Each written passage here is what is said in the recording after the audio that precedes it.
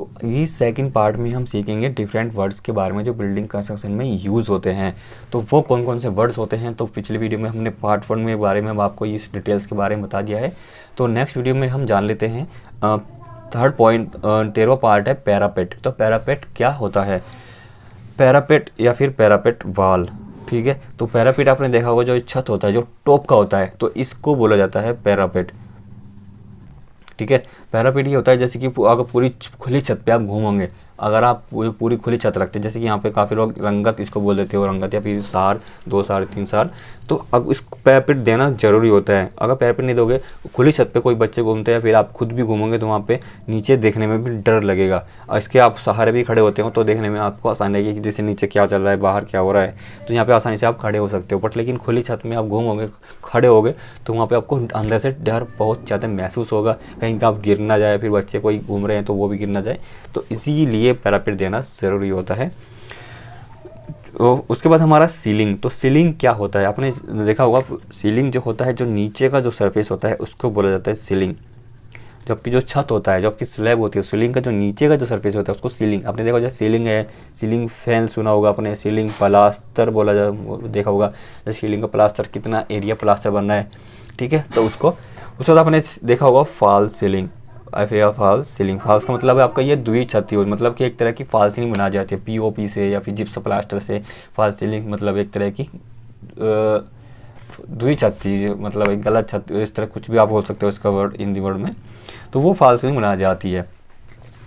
उसके बाद हमारा 15 पॉइंट है प्लिंथ प्रोटेक्शन। ये प्लिंथ प्रोटेक्शन क्या होता है? आपने देखा होगा कि प्लिंथ प्रोटेक्शन दे रहे हैं तो वो क्या चीज़ होता है? आप अपने सिंगल स्टोरी बिल्डिंग है या फिर डबल स्टोरी बिल्डिंग है, तो वहाँ पे प्लिंथ प्रोटेक्शन दिया जाता है। तो ये प्लिंथ प्रोटेक्शन, जैसे अपना कोई सिंगल स्टोरी बिल्डिंग होती है फिर डबल स्टोरी बिल्डिंग हो जाती है, तो वहाँ पे 1 फीट से 2 फीट का लगभग ये प्लिंथ प्रोटेक्शन दिया जाता है। ये नीचे साइड में प्लिंथ प्रोटेक्शन बनाती है ग्राउंड लेवल से, जो आपका ग्राउंड लेवल होता है, जो आपका फ्लोर फिनिश लेवल होता है, उसके सरफेस पे ये बना दिया जाता है, उससे थोड़ा नीचे बना दिया जाता है, ठीक है। तो इसका यहाँ पे चारों साइड में बना दिया जाता है। मैंने इस पर ऑलरेडी वीडियो बना चुका हूँ मैं। तो जिससे क्या होता है कि जब भी रेन वाटर होता है, जैसे रेन वाटर है, अभी छत जगह पानी है, वो क्या होता है प्लिंथ, इस पर जो प्रोटेक्शन है इस पर गिरता है। आपका जो प्लिंथ को, इसका मतलब प्री प्रोटेक्शन का मतलब क्या हुआ? प्लिंथ को प्रोटेक्ट करना, ठीक है। जब भी आपका पानी आता है, फिर ग्राउंड लेवल, जैसे आपका ये ग्राउंड लेवल होता है, इसका नीचे बारिश आता है, वाटर सीपेज करता है, तो इतने एरिया में ही वो सीपेज पानी अगर यहाँ पे रहेगा तो इतने एरिया पे वो फाउंडेशन में है, वो पानी जमा होने से वो बचेगा। यहाँ पे पानी अगर यहाँ पे साइड में भी पानी जमा होने से वहाँ पे बचाता है। दूसरा, आपका रेन वाटर अगर कोई गिरता है तो वाल से होता हुआ डायरेक्ट आपका स्लोप बना दिया जाता है और डायरेक्ट वो नीचे गिरता हुआ बाहर निकल जाता है ग्राउंड लेवल पे। तो उससे क्या होता है कि ये वाटर जो सीपेज है, जैसे मॉइस्चर, आपने देखा वाल के ऊपर मॉइस्चर आ जाते हैं, वो क्या होता है, रीज़न ये रहता है कि पानी यहाँ पे ठहर जाता है, वो पानी ठहर कर आपकी फाउंडेशन या फिर आपकी जो वाल है, वाल पे नीचे जाता है। इस वजह से वो आपका डैम्पनेस आने के ज़्यादा चांसेस रहते हैं, प्लस आपके फाउंडेशन को भी वो ख़राब कर देता है। इसीलिए प्लिंथ प्रोटेक्शन बनाना बहुत ज़रूरी होता है। आपका सिंगल स्टोरी बिल्डिंग हो या फिर डबल स्टोरी या फिर हाईएस्ट बिल्डिंग हो, तो वहाँ पे अगर आपकी हाईएस्ट बिल्डिंग है 3 स्टोरी या फिर 4 स्टोरी बिल्डिंग, तो वहाँ पे हमने देखा होगा प्लिंथ प्रोटेक्शन बनाना बहुत ज़रूरी होता है। उसके बाद हमारा 16 पॉइंट है टेरेस। तो टेरेस क्या होता है? तो टेरेस जो होता है आपका, जब स्लैब के नीचे का जो होता है सीलिंग और ऊपर का जो सरफेस होता है उसको टेरेस बोला जाता है, ठीक है। कि आपने देखा होगा कि टेरेस पे क्या काम चल रहा है, या फिर आप टेरेस पे ग्रास लगाने हैं, जो आर्टिफिशियल ग्रास, काफ़ी लोग क्या करते हैं आर्टिफिशियल ग्रास लगा देते हैं टेरेस पे एक प्रॉपर्ली से पार्किंग बनाने के लिए। तो टेरेस पर बना दिया जाता है कि टेरेस पर जाइए, वहाँ पे बच्चे घूम रहे हैं, फिर टेरेस पर जाइए वो चले घूम रहे हैं, तो ये आपका टेरेस होता है। टॉप सरफेस होता है आपका स्लैब का, उसको टेरेस बोला जाता है, ठीक है। तो ये आपका क्लियर हो गया। उसके बाद हमारा 17 पॉइंट है स्ट्रिंग कोर्स। तो स्ट्रिंग कोर्स कौन सा रहता है? स्ट्रिंग कोर्स के बारे में जान लेते हैं। जैसे कि आपने देखा होगा यहाँ पे, जैसे कि अपने फ्लोर बीम है, यहाँ पे टाई बीम है, छज्जा है, निकाला है, तो यहाँ पे काफ़ी लोग क्या करते हैं कि जो बीम है, जैसे कि अपनी छज्जा, इधर तो आपकी विंडो आ रही है, वाई द वे अगर इधर विंडो नहीं आ रही, इस सरफेस पर विंडो नहीं आ रही है, फिर विंडो भी आ रही है, तो यहाँ पे काफ़ी लोग क्या करते हैं कि एक तो यहाँ पे इस तरह से प्लास्टर कर दिया जाता है, जैसे जहाँ पे बीम होता है, बीम होता है उस तरह बाहर को डिज़ाइन बना दिया जाता है। दूसरा ये रहता है कि काफ़ी पुराने या फिर शहरों में डिज़ाइन इस तरह से बना दिया जाता है, डिज़ाइन इस तरह से, ठीक है। ये वाला इस तरह से डिज़ाइन बना दी जाता है। यहाँ पे गवर्नमेंट बिल्डिंग में भी काफ़ी ये काम चल रहा है, इस तरह से बना दी जाते हैं, ठीक है। ये पूरा डिज़ाइन इस तरह से पूरा एक गोला सा डिज़ाइन से बना दिया जाता है, तो इसको बोला जाता है आपका स्ट्रिंग कोर्स, ठीक है। ये ब्रिक मेजनरी के साथ साथ बना दिया जाता है या फिर आरसीसी में इसको ही बना दिया जाता है डिज़ाइन के साथ में। उसके बाद आपका 18वां पॉइंट है ड्रिप कोर्स। तो आपका ड्रिप कोर्स कौन सा होता है?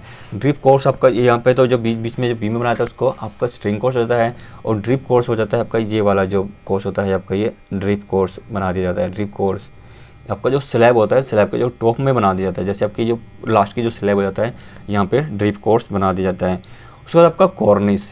तो जैसे आपका ड्रिप कोर्स होता है, इसी को इसका जो बॉटम सरफेस डिज़ाइन होता है, इस डिज़ाइन को बोला जाता है आपका कॉर्निस। ठीक है, इस डिज़ाइन को आपको कॉर्निस बोला जाता है। उसके बाद आपका क्लियर हो गया। उसके बाद हमारा हो जाता है कोपिंग। तो कोपिंग कौन सा होता है? आपका ये पैरापेट वाल में ही जो ये डिज़ाइन दिया था, इसके ऊपर जो पैरापेट वाल बनाने के बाद इसमें एक इस तरह से कोपिंग, कंक्रीट की कोपिंग बना दी जाती है। कंक्रीट की कोपिंग बना दी, क्योंकि बारिश का मौसम होता है, तो बारिश का मौसम होने से पानी आपके जो वाल है, पैरापेट वाल है, इसके साइड से नीचे ना होगा गुजरे, प्लस बारिश का पानी है जो बाहर से होकर ना गुजरे, तो इसलिए पूरा इस तरह से कोपिंग बना दी जाती है डिज़ाइन से टाइम में थोड़ा बाहर से, ताकि पैरापेट पर डायरेक्ट इफेक्ट ना करे पानी का बूंद गिरे बाहर निकल जाए, ऐसी आपकी पानी की पूरी गिर जाए तो बाहर से ऐसे निकल जाए। ठीक है, तो वहाँ पे कोपिंग, इसको कोपिंग बोला जाता है। उसके बाद हमारे किस पॉइंट DPC। तो DPC क्या होता है? तो DPC होता है आपका डैम्प प्रूफ कोर्स। ठीक है, तो DPC आपका डैम्प प्रूफ कोर्स होता है। अपने नीचे प्लेन बीम प्रोवाइड करी, काफ़ी लोग प्लेन बीम नहीं करते, प्लेन बीम और DPC दोनों भी प्रोवाइड कर सकते हो। यहाँ पे DPC, तो DPC आपको क्लियर कर दिया मैंने ऑलरेडी पहले ही। DPC और लिंटल और आपका ये प्लिंथ बीम। लिंटल और DPC के जो थोड़ा डिफरेंस रहता है, DPC हम प्रोवाइड करते देते हैं लगभग 40 mm 50 mm तक लगभग कर सकते हैं। इसी तरह हम लिंटल में क्या कर सकते हैं, थोड़ी थिकनेस हम बढ़ा दे सकते हैं कि 100 mm 150 mm इस तरह से प्रोवाइड कर सकते हैं। वहीं हम बीम और टाई बीम की बात करते हैं, उसकी थिकनेस में डिफरेंस रहता है। जैसे आपका 230 मिलीमीटर 230 mm या फिर 9 इंची, तो 9 इंची से कम नहीं होना चाहिए बीम, उस पर प्लेन बीम को बोला जाता है। इनकी थिकनेस पे भी डिपेंड करता है। यहाँ पे प्रोवाइड करते हैं प्लेन बीम। उसके बाद आपने देखा होगा 23वां पॉइंट किचन काउंटर क्या होता है। तो किचन काउंटर जो किचन में जहाँ पे किचन स्लैब बना दी जाती है, किचन स्लैब किचन काउंटर को ही बोला जाता है, जहाँ पे आपके लेडी जो किचन पे सामान रख के गैस चूल्हा इस पर रखा रहता है, उस पर खाना वाना बनाती है, तो उसको किचन काउंटर बोला जाता है। उसके बाद हमारा 24वां पॉइंट है प्लेटफॉर्म। तो प्लेटफॉर्म कौन सा होता है? तो प्लेटफॉर्म कई तरह के होते हैं। एक तो आपका जैसे कि आपका ये वाटर टैंक है, तो वाटर टैंक के जो नीचे आपको बनाना है, जैसे वाटर टैंक के नीचे स्क्वायर टाइप में या फिर रेक्टेंगुलर शेप में प्लेटफॉर्म बना दिया जाता है, जिस पे आपकी टंकी रखी रहती है। इससे क्या रहता है कि जो पानी है वह पानी का ओवरफ्लो होने के बाद, वाटर ओवरफ्लो होता है या फिर बारिश का मौसम होता है, तो ओवरफ्लो होने के बाद ये पानी नीचे ड्रिप करके डायरेक्ट स्लैब को ना जमे, और ये वाटर प्रूफ कर दिया जाता है ताकि पानी डायरेक्ट बाहर निकल जाए, पानी ओवरफ्लो हो और आपके टेरेस पर गिरता रहे। और वो इसके पास में इतना वो जो स्लोप है, जैसे कि आपने यहाँ पे गोला बनाया, स्लोप बनाते हैं, डायरेक्ट इतना पानी हो स्लोप होना चाहिए ताकि जो ओवरफ्लो हो यहाँ पे कहीं पे भी स्लैब पे ऊपर जमा ना हो, आपके जो छत है और टेरेस पर जमा ना हो, तो पाइप में वो निकलता रहे। उसके बाद हमारा 25वां पॉइंट होता है गोला। गोला कौन सा बोला जाता है? जब भी आपकी RCC स्लैब होती है, अपने जो क्या होता है क्ले टाइल होती हैं, वो रेड कलर की क्ले टाइल 1 इंची की स्लैब के ऊपर अपने वाटर प्रूफ करते हैं। वाटर प्रूफ छत को वाटर प्रूफ कैसे करना है? देखिए आपका बिटुमिन, आपका जो स्लैब होता है, छत होती है, उसको प्रॉपर्ली कास्टिंग होने के बाद, सूखने के बाद, प्रॉपर्ली से अच्छे ड्राई होने के बाद, वहाँ पे क्या होना कि उस पर अच्छी तरह सफाई करने के बाद बिटुमिन की 2 लेयर उस पर बिछा दी जाती है। उसके बाद आपके वहाँ पे मिट्टी डाल दी जाती है। मिट्टी के बाद आपको क्या होता है, तारकोल आपने बिछाया, वहाँ पे तारकोल बाद मिट्टी बिछाई, मिट्टी के बाद आप वहाँ पे पन्नी बिछा सकते हो, या फिर आप मिट्टी के बाद ही डायरेक्ट टाइल की जो क्ले टाइल होती है गारा बना के वहाँ पे अच्छी तरह से चिपका दिया जाता है, स्पेस बना के। उसके बाद जो वहाँ पे अपने टाइल अपने चिपकाई, उसके बाद आप वहाँ पे कंक्रीट या फिर मोर्टार होता है, कोर सैंड और सीमेंट का मोर्टार प्रॉपर्ली से फिल कर दिया जाता है। ठीक है, आपकी टेरेस के ऊपर अपने बिटुमिन लेयर बिछाई प्रॉपर्ली चारों तरफ से। उसके बाद आपने ठीक है मिट्टी अपने वहाँ पे तार को बिछाने के बाद मिट्टी अपने वहाँ पे डाली, मिट्टी के बाद आप बीच में थोड़ा पन्नी भी डाल सकते हो। उसके बाद आपने क्या करना है कि क्ले टाइल होती है, इसका प्रॉपर्ली से चारों तरफ, अगर चारों तरफ है तो चारों तरफ ठीक है, अगर 2 साइड है तो 2 साइड ही सही है, तो प्रॉपर्ली से स्लोप बना दिया जाता है। स्लोप बनाने के बाद टाइल में ही बनाना, जो क्ले टाइल होती है, टाइल बनाने के बाद उसमें जो टाइल होती है उसमें स्पेस छोड़ा जाता है बीच में, ताकि जो प्रॉपर्ली से ग्राउटिंग हो जाए। ठीक है, स्लोप बनाने के बाद मोर्टार भरने के बाद स्लोप हो दिया जाता है। तो यहाँ पे क्या करता है, जो पैरापेट वाल होती है, इस तरह की जो पैरापेट वाल होती है, यहाँ पे क्या करते हैं कि इस तरह से गोला बना दिया जाता है ताकि जो यहाँ पे मोर्टार है और पैरापेट वाल प्रॉपर्ली से पानी का इफेक्ट यहाँ पे ना भरे, बीच में क्रैक होकर ना भरे और बाहर निकल जाए। इससे वो क्रैक्स नहीं करेगा और वो जो जॉइंट है ये वाले जो क्रैक है यहाँ पे क्रैक नहीं करेगा, इसीलिए गोला बनाना ज़रूरी होता है। ठीक है, उसके बाद हमारा 26वां पॉइंट है water tank platform. Water tank platform के बारे में मैंने आपको बता दिया है कि जो वाटर टैंक होता है इसके नीचे प्लेटफॉर्म बना दिया तो वाटर टैंक हो गया है प्लेटफॉर्म।